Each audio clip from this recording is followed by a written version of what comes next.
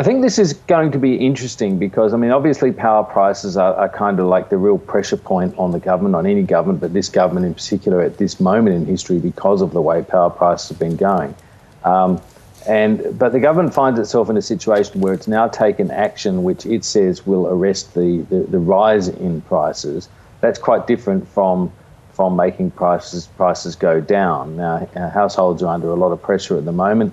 The government's in something of a honeymoon period, really, an extended one. I don't think too many voters blame the current government for, structural factors in this market and in the global economy that are well beyond its control.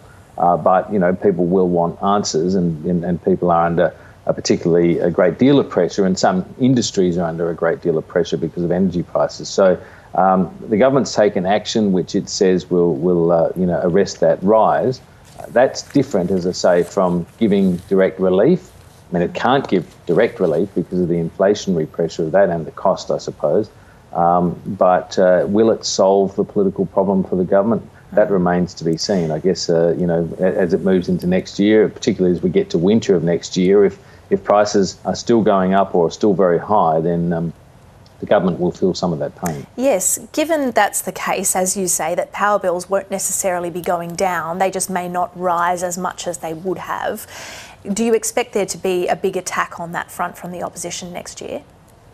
I do, because this seems to be really, this is the whole shooting match for the opposition, really. They haven't really had all that much else to go on. So it's been this sort of whole cost of living attack.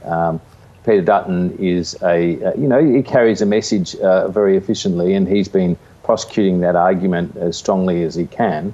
As I say, I don't think it's registering at the moment because voters don't really blame the current government for these structural factors that have been allowed to develop over a long period of time. The problem for the coalition is that it failed to land any sort of energy policy over the best part of a decade in office. Energy and climate policy were just it's just a constant battleground, not just across the political divide, but within the coalition itself. And the result was paralysis. So, voters who've been watching this area closely won't have a great deal of sympathy for the coalition sort of bleating about it. But in time, if there is pressure on people's wallets and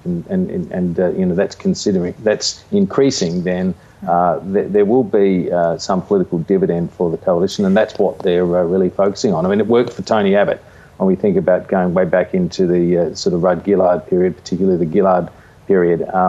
Tony Abbott just hammered away at that cost of living pressure, and I think that's what Peter Dutton is planning to do next year.